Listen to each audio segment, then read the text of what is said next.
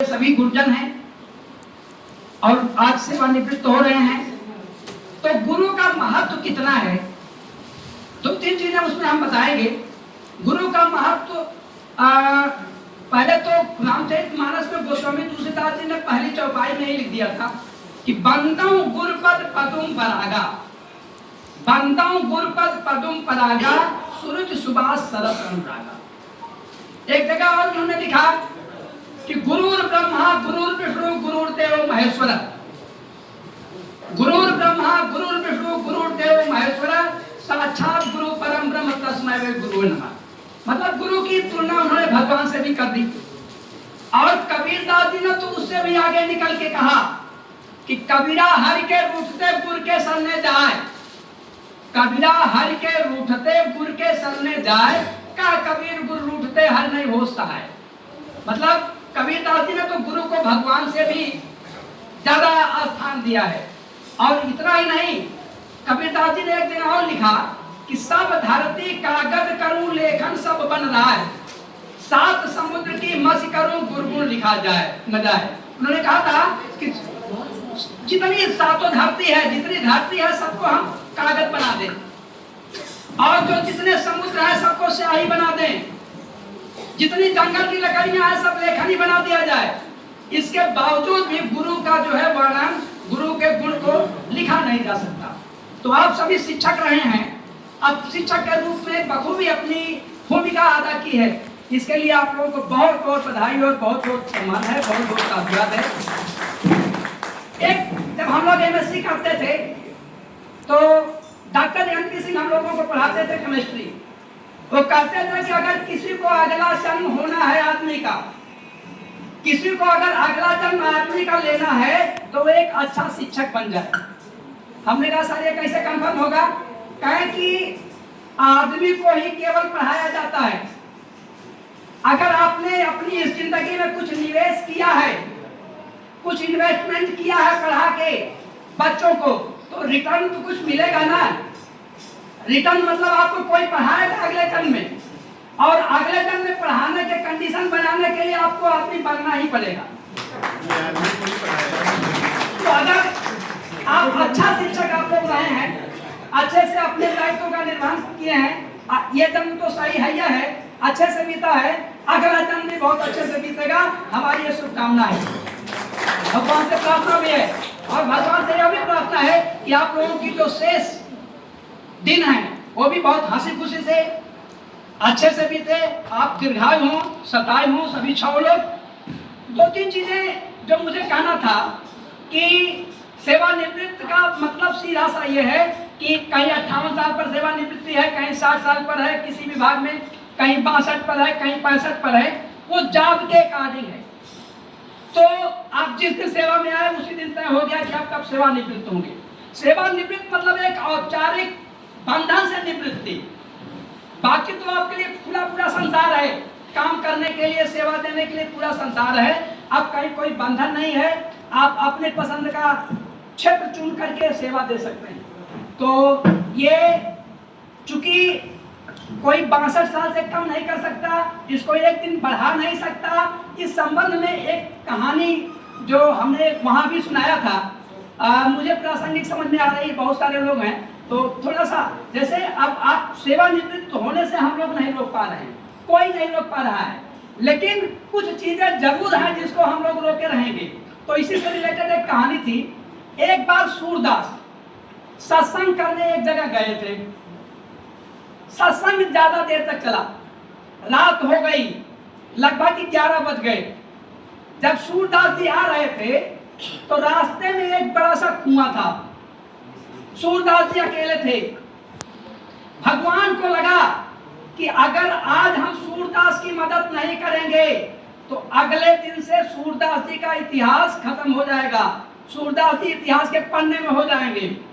भगवान आनंद फानंद में बालक का रूप पकड़े और भागे भागे आए बाबा के यहाँ, बाबा का हाथ पकड़े और कहे बाबा इधर आगे कुआं है, आइए। हम हाथ पकड़ करके कुआं के बगल से आके निकाले। सूरदास जी की अंतर्दृष्टि बहुत तेज थी। सूरदास जी समझ गए कि इस अंधेरी रात में 11 बजे रात को भगवान के सिवाय और कोई नहीं हो सकता। बस भगवान सूरदास जी ने कहा कि भगवान की प्राप्ति हो गई, जोर से हाथ कस के पकड़ लिए।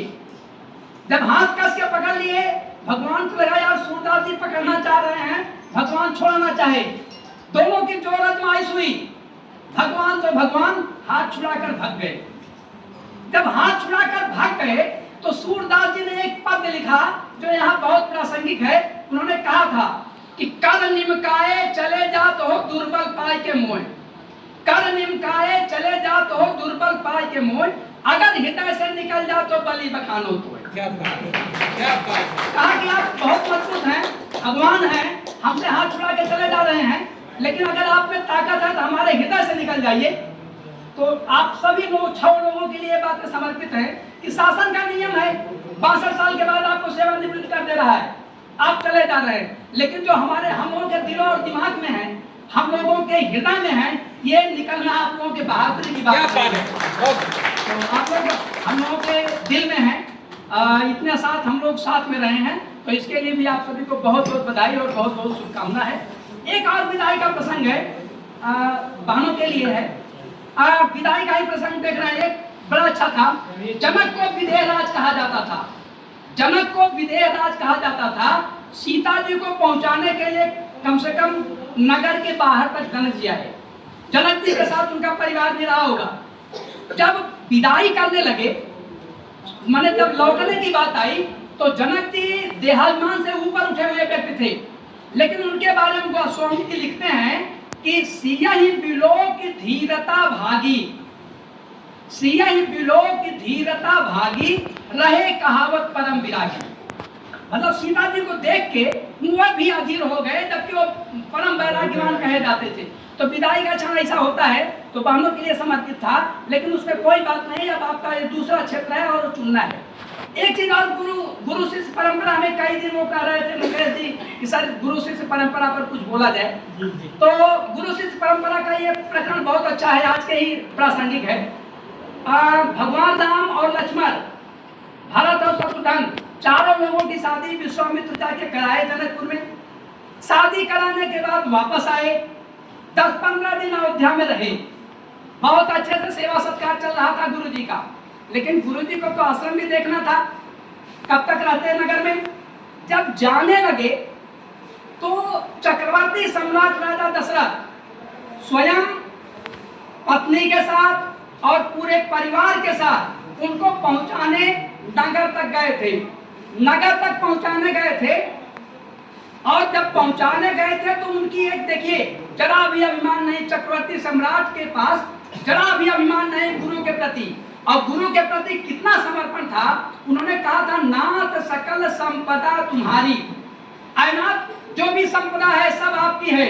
और इतना ही नहीं, आगे कहा मैं सेवक समेत सुतनारी, कहा मैं सेवक हूँ और अकेले नहीं, पत्नी और बच्चों के साथ मैं आपका सेवक हूँ। तो एक गुरु के प्रति उनका बहुत बड़ा स्नेह था, बहुत बड़ा समर्पण था कि उन्होंने कहा कि चक्रवर्ती सम्राट ने कहा कि मैं, पत्नी और बच्चे सब आपके सेवक हैं और सारी संपदा आपकी है। इतना तक तो बात समझ में आती है। आगे वाली लाइन आज के लिए बहुत प्रासंगिक है। एक बात उन्होंने कहा था कि करब सदा लड़िकन पर छोहू, कहा जो नन्हे मुन्ने हैं, जो बालक हैं, जिनकी अभी आप शादी करा के लाए हो, आज अब छोड़ के चले जा रहे हैं, तो ये जो बहुएं हैं, बच्चे हैं, इन पर भी स्नेह बराबर बनाए रखिएगा। करब सदा लड़िकन पर छोहू और दर्शन देत रहब मुनि मोहू, कहा ये जो बच्चे हैं उन पर स्नेह बनाए रखिएगा और हमको भी बीच बीच में दर्शन देते रहिएगा। तो यहाँ जो प्रासंगिक है कि जो आपका बेसिक शिक्षा परिवार है, आपका जो विद्यालय है, वहाँ के बच्चे हैं, बेसिक शिक्षा परिवार है, वहाँ के जो टीचर हैं, उन पर भी स्नेह आप सब बनाए रखिएगा और बीच बीच में हम लोगों के साथ भी जो है दर्शन होता रहे, तुला सलामी होती रही। इस शुभकामना के साथ, यही आग्रह के साथ आप सभी को एक बार पुनः ईश्वर से प्रार्थना है कि आप सभी दीर्घायु हों, सतायु हों और ईश्वर आपको सुखी रखें, मस्त रखें। जिस क्षेत्र में आप जो है जाना चाहें उस क्षेत्र में जाएं और सेवा भाव तो आप लोगों के जीवन में है वो चलता रहे। तो एक बार पुनः हम अपनी तरफ से, शिक्षा परिवार की तरफ से बहुत बहुत स्वागत और अभिनंदन करते हैं। जय हिंद, जय भारत, जय शिक्षा।